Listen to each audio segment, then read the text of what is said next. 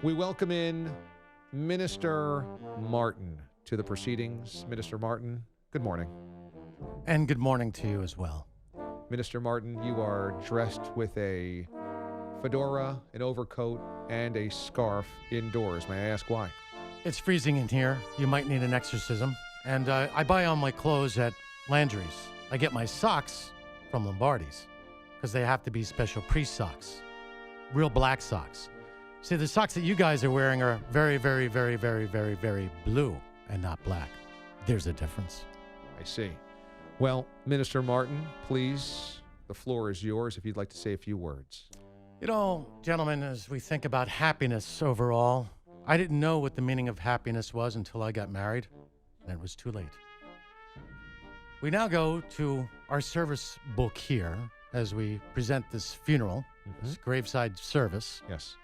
But before you even do a funeral, you have to break the news to people at the loss of a loved one. So I'll give you some tips if you should need them. Please. Down the road. You know how the Patriots used to win all those football games and go to all those playoffs and win all those Super Bowls? Yeah. They did lose against the Giants twice. Well, they're not going to be doing that anymore. Hey, would one of you guys get me some tea with some whiskey in it? It's a little trick us priests like to use before we go to service. Anyway, Hey, all right. let me look at the service right here. We got baptism. Yeah. First communion. Okay. Marriage. Uh-huh. And what do you think's after marriage? Perhaps death? Funerals. That's right. Perfect. Unfortunately, I will not be able to officiate this funeral because I did a little background check on the client. Yeah. Checkered past. Lots of criminal activity. Yeah. Cheating.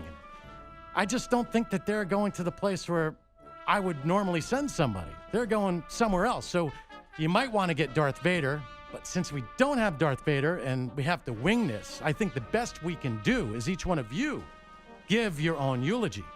Starting off with the man from Fordham who is fantastic doing play-by-play on the internet, Andrew Bogish.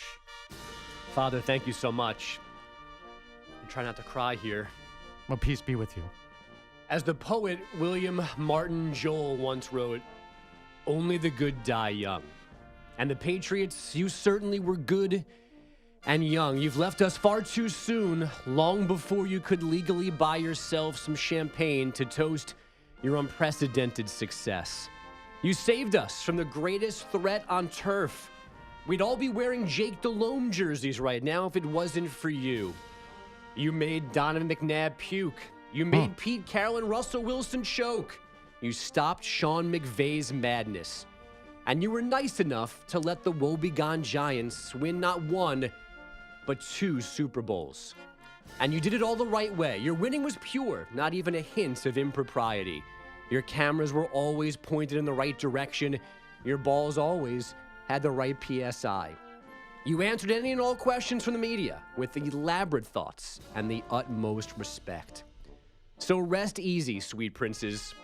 We'll never see your likeness again, and thank God for that. You should be a priest. That was seminary material. Thank you. Yeah. Well done, Andrew. Well done. And now we go to Pete the Body Bellotti. Sorry. The thought of Tom Brady not leading the charge in a 40-point blowout of my New York Jets brings a tear to my eye. As the great comedian Andy Kaufman once bellowed, a smile means friendship to everyone. The mountains are wide and the ocean divide. It's a small world after all. Tom, you are that smile to all of us. We were stunned to a news when your mere aura caused the quarterback to run into the fat ass of his guard on, of all holidays, Thanksgiving. Yes. I am thankful to have witnessed that with my own eyes. Before the Jacksons settled into a small city in Florida and renamed it Jacksonville, they sang, "Give me one more chance. Give us one more chance to be in your presence, Tom. I'm a better man because I've known you." Now that your almost 20-year run is over, we are left all alone but knowing your spirit will live on in our nightmares forever. Thank you, Tom.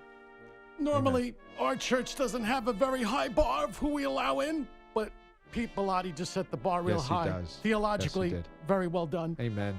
Now let's go to Sean Marash, who I'm sure will be very interesting when he speaks. Today is a sad day for some. Some may argue a sad day for many. 19 years is really not a long time, especially considering that Charlie Weiss eating white bread soaked in bacon grease has outlived this Patriot dynasty.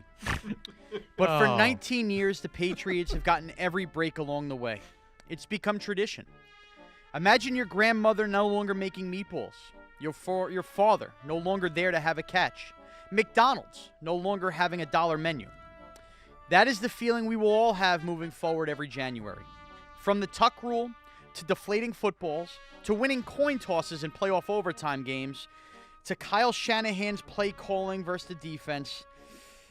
We remember the good times. The times that led to Bon Jovi being a fraud from New Jersey and now living in Robert Kraft's box. Sure, there were some bumps in the road. David Tyree, Mario Manningham, Chandler Jones running butt naked up the Massachusetts Turnpike. No life is perfect, not even Pat the Patriots. Thank you, Tom. Thank you, Bill. A legacy we bury today will be tough for us to move on from, but may you all rest in peace. And one more thing. After the funeral, refreshments will be served at Orchids of Asia, Jupiter, Florida. All are welcome. See, I knew that he would be able to work some food into that eulogy. Very well done, Sean. Very well done. Grammar is very well. Well done. Good. Done. All right. And now, DA, you have the final say. Thank you so much, Minister. We are gathered here today to say goodbye to the most mediocre dynasty in NFL history. It was a long, consistent run of AFC East titles, the most underwhelming division in football. Beating out quarterbacks Cleo Lemon, J.P. Losman, Matt Sims. Outsmarting coaches like Todd Bowles, Mike Mularkey, and Joe Philbin. 20 years with no next-level historic Super Bowl championship, just a lot of anonymous, who's that guy type of teams. And for that, they should be applauded. No one has ever been more underwhelming, uninspiring with a run of winning, like that epic Super Bowl against Jake Delhomme, that awesome 13-3 masterpiece over Jared Goff. Today, we should salute the Patriots for the good fortune of having Pete Carroll and Darrell Bevell decide to throw at the 1-yard line when they had Marshawn Lynch, and Dan Quinn and the Falcons for forgetting they had a 25-point lead in the second half of a Super Bowl and trying to go hurry up. We should honor the Patriots for finding ways to win truly illegal, awful ways. They're the only dynasty with a massive cheating scandal on their hands, and they've had 2 of them. They're the only dynasty with a first-round pick taken away, and they've had that done twice. The only dynasty whose quarterback was suspended for a month by the league. These are all very honorable accomplishments. We should thank Bill Belichick for stonewalling the media at every turn without a hint of humanity or decency. Until, of course, he's asked by the NFL Network to talk about Russ Grimm and Crazy Legs Hirsch. We should thank the hoodie for his slovenly attire, taking the once proud tradition of Lombardi's camel hair overcoats and Landry's fedora and giving us men's casual on the sidelines. Or what slobs wear on the couch every week with Tostitos spicy queso dripping all over it. We should honor the owner, Robert Kraft, mandating every TV broadcast mention his career record while putting him on camera from the suite level. We shall salute him for his patronage at strip malls in West Palm on Small Business Week. Remember to shop local. And while we're speaking of death and heaven, let's not forget the Patriots organization also drafted, applauded, and awarded an extension to the only double homicide murderer in NFL history. That should count for something.